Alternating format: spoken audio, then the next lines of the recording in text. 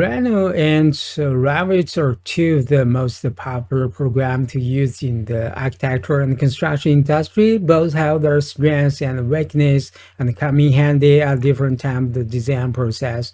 Because the Rhino and the Revit are made by different developers, though they don't always communicate seamlessly.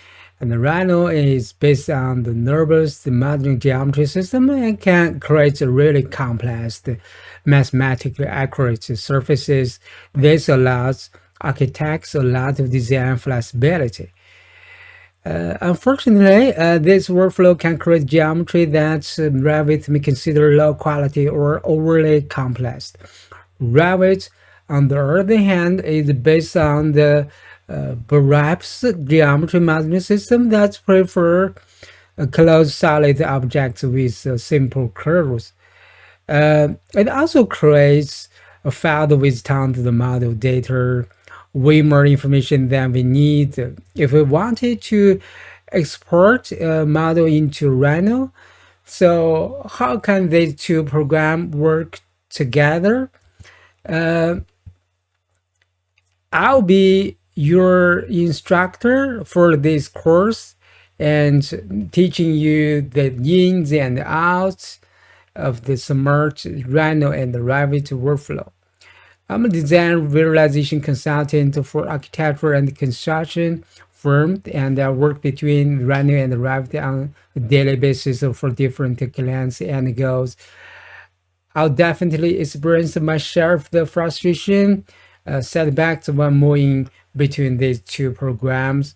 And I want to show you the tips and tricks I've learned to avoid some of the headaches. We'll first discuss the good modeling techniques and the wanting to use in the Rhino projects to create a model that are up to Revit's specific geometry standards.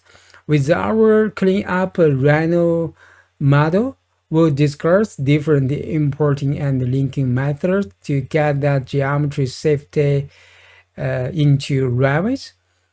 Then we'll cover how to prepare a Revit model for a Rhino import in different real-world scenarios.